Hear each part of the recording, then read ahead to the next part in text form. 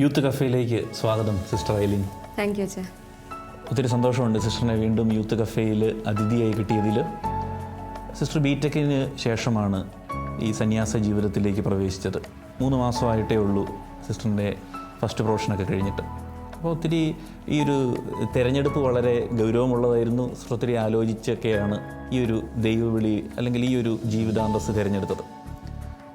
ഒത്തിരി അല്ലേ, നമുക്ക് പല തിരഞ്ഞെടുപ്പുകളുണ്ടായിരുന്നു, അല്ലെങ്കിൽ നമുക്ക് പലതും തിരഞ്ഞെടുക്കാമായിരുന്നു. അപ്പോൾ എല്ലാവരുടെയും ദൈവവിളിയിൽ അങ്ങനെ ഒരു ഘടകമാണ്. ഞാൻ പ്രത്യേകിച്ച് ഇപ്പോൾ ഒരു ഫോർമേഷൻ ഹൗസിലാണ് ജോലി ചെയ്യുന്നത്.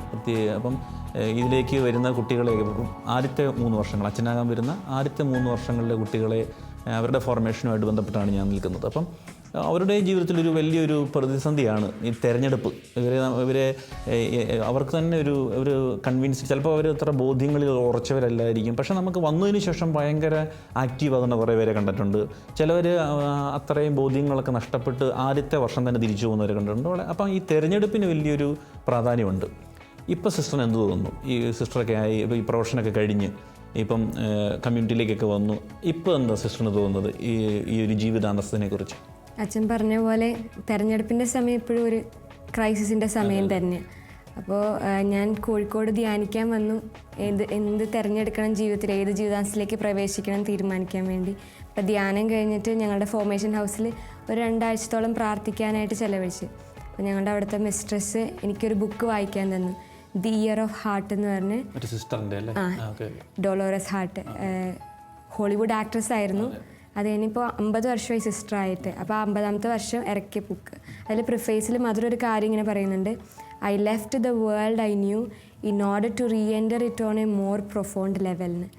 അപ്പോൾ ജീവിതത്തിൻ്റെ എല്ലാ സൗഭാഗ്യങ്ങളുടെ നടുവിലും അതെല്ലാം ഉപേക്ഷിച്ചിട്ട് പോരാൻ ഒരു ഹോളിവുഡ് ആക്ട്രസിന് പറ്റിയെങ്കിൽ വൈക്കുടായി എനിക്ക് പറ്റില്ലേ എന്നൊരു ചിന്ത വന്നു. ആ സിസ്റ്ററിനെ ശക്തിപ്പെടുത്തിയ ഈശോ എന്നെ ശക്തിപ്പെടുത്തില്ലേ എന്നുള്ളൊരു ബോധ്യം എനിക്ക് കിട്ടി. പക്ഷേ എന്നാലും ഒരു യെസ് പറഞ്ഞ് മുന്നോട്ട് പോകാനുള്ള ധൈര്യം എനിക്ക് ഉണ്ടായിരുന്നില്ല. അപ്പോൾ ഞാനിങ്ങനെ ഈശോയോട് പ്രാർത്ഥിച്ച്, എനിക്ക് വചനത്തിലൂടെ സ്ഥിരീകരണം വേണം, ഞാൻ എന്ത് ചൂസ് ചെയ്യണമെന്ന് ഒരു യെസ് പറഞ്ഞാൽ അത് യെസ് ആയിരിക്കണം. അപ്പോൾ ആ യെസ് പറയാനായിട്ട് എനിക്കൊരു സ്ട്രോങ് ഹോൾഡ് ആയിട്ടുള്ളൊരു കാര്യം എനിക്ക് വേണമെന്ന് ഞാൻ പറഞ്ഞു. അപ്പോൾ പ്രാർത്ഥിച്ചിട്ട് ഞാനിങ്ങനെ 2 ദിവസം പ്രാർത്ഥിച്ച് കഴിഞ്ഞിട്ട് ഇങ്ങനെ വചനം എടുത്തപ്പോൾ വിശുദ്ധ യോഹന്നാൻ എഴുതിയ സുവിശേഷം 15-ാം അധ്യായം 16-ാം വാക്യം എനിക്ക് കിട്ടി. നിങ്ങൾ എന്നെ തിരഞ്ഞെടുക്കുകയല്ല, ഞാൻ നിങ്ങളെ തിരഞ്ഞെടുക്കുകയാണ് ചെയ്തത്. നിങ്ങൾ പോയി ഫലം പുറപ്പെടുവിക്കുന്നതിനും നിങ്ങളുടെ ഫലം നിലനിൽക്കുന്നതിനും വേണ്ടി ഞാൻ നിങ്ങളെ നിയോഗിച്ചിരിക്കുന്നു. ഐ ഗോട്ട് കൺവിൻസ്ഡ് ഈ ഒരു സന്യാസ ജീവിതത്തിലേക്ക് എന്നെ കർത്താവിനെ വിളിക്കുന്നുണ്ട്. പക്ഷേ എന്നാലും മാനസികമായിട്ടുള്ള കുറേ ക്വസ്റ്റ്യൻസ് വീണ്ടും എങ്ങനെയായിരിക്കും എന്നുള്ള ചിന്തയൊക്കെ വന്നു. പക്ഷേ ഈ ഒരു വചനം കിട്ടിയതിൻ്റെ ബേസിസിൽ ഞാൻ സിസ്റ്ററിനെ ചെന്ന് കണ്ട് ഞാൻ സംസാരിച്ചു, ഇതാണ് എനിക്ക് ഈശോ കാണിച്ചു തന്നത്. അപ്പോൾ സിസ്റ്റർ പറഞ്ഞു, വെസ്റ്റീഷൻ്റെ സമയത്ത് ബിഷപ്പ് വായിക്കുന്ന റീഡിങ് വചനഭാഗം ഇതാണെന്ന് പറഞ്ഞു. അപ്പോൾ ഞാൻ ഒത്തിരി വേൾഡി ആയിട്ടുള്ള ആളായിരുന്നു. എനിക്ക് കുറേ ആഭരണത്തിനോടൊക്കെ ക്രേസൊക്കെ ഉണ്ടായിരുന്നു.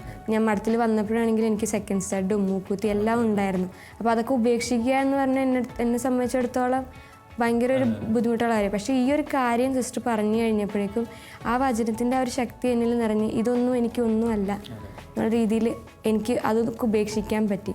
അപ്പോൾ നിയമത്തിൻ്റെ കാര്യം അച്ഛൻ ചോദിച്ച പോലെ അതൊന്നും ഒരു ബേർഡനായിട്ട് ഇതുവരെ എനിക്ക് ഫീൽ ചെയ്തിട്ടില്ല.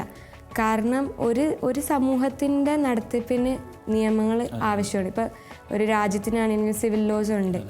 പക്ഷേ അത് ഒരു സുഗമമായ നടത്തിപ്പ് എന്നതിനേക്കാൾ ഉപരിയായിട്ട് ദൈവഹിതം ഒരു സന്യാസിനിയെ സംബന്ധിച്ചിടത്തോളം, ഇപ്പോൾ ഞാൻ MSMI സിസ്റ്റർ, ആ ഒരു നിലയിൽ എന്നെക്കുറിച്ചുള്ള കർത്താവിൻ്റെ ഹിതം തിരിച്ചറിയണത് നിയമങ്ങളിലൂടെ അധികാരികളിലൂടെ. അപ്പോൾ അത് നമുക്ക് ലൈഫ് സ്മൂത്തായിട്ട് പോകാനായിട്ട് നമുക്ക് കർത്താവ് തന്നിരുന്ന ഒരു വഴിയാണ്. ഹാപ്പിനെസ് ഉണ്ട്. ഞാൻ ഈ ജീവിതത്തിൽ തീർത്തും സംതൃപ്തിയാണെന്ന് എനിക്ക് പറയാൻ പറ്റും. സിസ്റ്റർ പറഞ്ഞ വചനം അല്ലേ, ആ ഒരു യോഹന്നാൻ്റെ സുവിശേഷം 15-16 അതിനോട് ചേർന്ന് തന്നെ പറയാമെങ്കിൽ യോഹന്നാൻ്റെ സുവിശേഷം 15:5 വചനമാണ് എനിക്ക് ഓർമ്മ വന്നത്. ഇത് പറഞ്ഞുകൊണ്ടിരുന്നപ്പം, ആരെന്നിലും ഞാൻ അവനേറെ ഫലങ്ങൾ പുറപ്പെടുവിക്കുന്നു, എന്നെ കൂടാതെ എനിക്കൊന്നും ചെയ്യാൻ പറ്റും. അപ്പം അല്ലേ, അതാണ് നമ്മളെ ശക്തിപ്പെടുത്തുന്നത്. നമുക്ക് ഇതൊരു താൻ പാതി ദൈവം പാതി അല്ലേ, ദൈവത്തിൻ്റെ കരം പിടിച്ചുകൊണ്ട് മുമ്പോട്ട് പോകുക എന്നുള്ളൊരു കോൺസെപ്റ്റാണ് നമ്മുടെ ജീവിതത്തെ ഭരിക്കേണ്ടത്. അപ്പം അങ്ങനെ അല്ലെ ഒരു സിസ്റ്ററിൻ്റെ ജീവിതം ഒരു ഇൻസ്പിറേഷനാണ് ഇനി ഈ ഒരു മേഖലയിൽ പ്രത്യേകിച്ചും ഇപ്പോൾ പറഞ്ഞു കേൾക്കാറുണ്ട് ദൈവവിളിയിലേക്ക് അല്ലെ ഈ ഒരു മേഖലകളിലേക്കൊക്കെ കുട്ടികൾ കുറയുന്നു എന്നൊക്കെ. പക്ഷേ അതല്ല, ആൾക്കാർ വരുന്നുണ്ട്, നല്ല കൺവിൻസ്ഡ് ആയിട്ട് നല്ല ആഗ്രഹത്തോടെ വരുന്ന ഒത്തിരി പേരുണ്ട്.